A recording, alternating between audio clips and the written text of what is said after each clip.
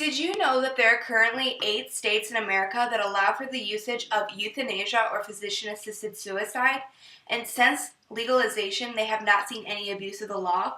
This was illustrated in an article at health.usnews.com, which was last accessed on March 31st, 2014. And it states that just 3 years after the law was enacted, only 255 people have been prescribed a lethal dose by a physician.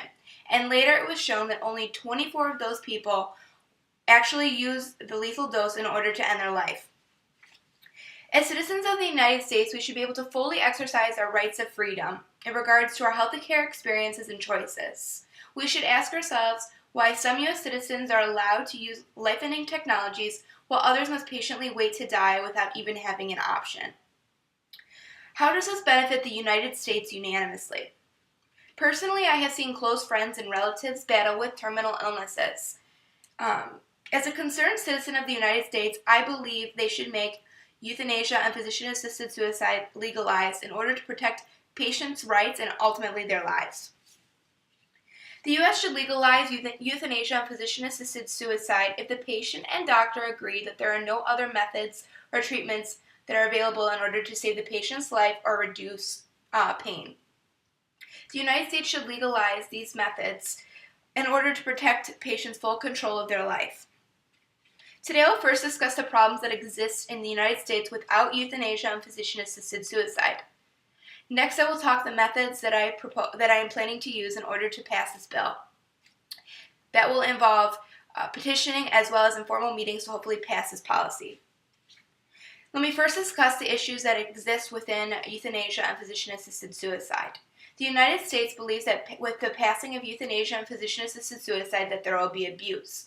The government does not realize, though, that with the legalization of these methods, they can ultimately control which patients use it and do not. According to an article by Dr. Garrett Kysma, he states that every appropriate palliative option must be discussed with the patient and, if reasonable, carried out before a request for assisted death can be accepted. This is a great example of a country that has already implemented this policy and how they go about monitoring it. In his book, Euthanasia and Physician-Assisted Suicide, R.G. Frey states that, especially with regard to life, slippery slope arguments have long been a feature of the ethical landscape, used to question the moral permissibility of all kinds of acts. This situation is not that unlike a doomsday cult, which time and time again predict the end of the world, and followers wake up in the morning with things almost exactly the same as they were. This is a great example that we need to put this to rest and move forward. Problems that have been addressed with euthanasia and physician-assisted suicide are that the healthcare system worries that they will be negatively affected, and they believe that people will have a negative opinion of them. Unfortunately, they do not realize that with the passing of these methods, that people will feel more in control of their health. This will lead to more jobs, and it will also lead to a reduction of costs, which overall benefits not only the healthcare system, but it also benefits people as well. According to an article at www.internationaltaskforce.org, last accessed April 13, 2014, it states that savings to the government could become a consideration. Drugs for assisted suicide range from $35 to $45, which is far less expensive than medical treatment.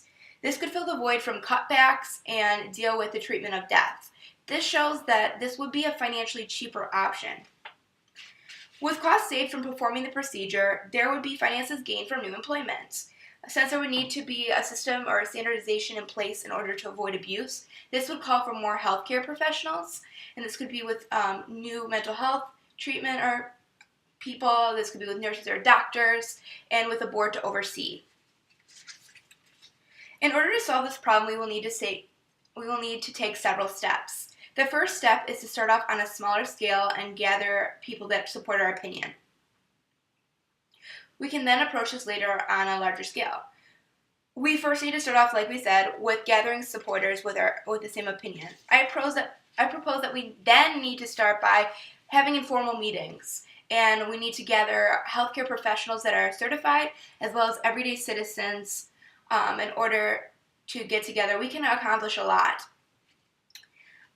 We can hold these informal meetings in order to discuss problems that someone might have or concerns, as well as addressing exactly what is euthanasia and physician-assisted suicide or life-ending technologies. Then we could gather data that was favorable to our argument, and we could also send this data to the AMA. Then we will need to take legal action, and we can do this by getting a state representative in order to hear us and help us figure out how to get our policy onto a bill. After we do this, we can then take this on a larger scale. With these methods in mind, we can hopefully push for the passing of euthanasia and physician-assisted suicide to be legalized in the United States. Today we talked about the moral and legal issues of not passing euthanasia and physician-assisted suicide. Then we talked about how we were going to try and push the policy to be legalized. As it was said in the legal case of Vaco versus Quill in 1996, the right of a competent, terminally ill patient to avoid excruciating pain and to embrace a timely and dignified death bears a sanction of history and its implicit concept of ordered liberty. With this being said, it's important to legalize euthanasia and physician-assisted suicide to protect patients' rights as well as to protect the well-being of them. Euthanasia and physician-assisted suicide have many benefits, whether it's the financial gain of the country, the new jobs that will come, the new methods of protecting from abuse, or ensuring the citizens' personal liberties. Overall, it is clear that euthanasia and physician-assisted suicide should be passed.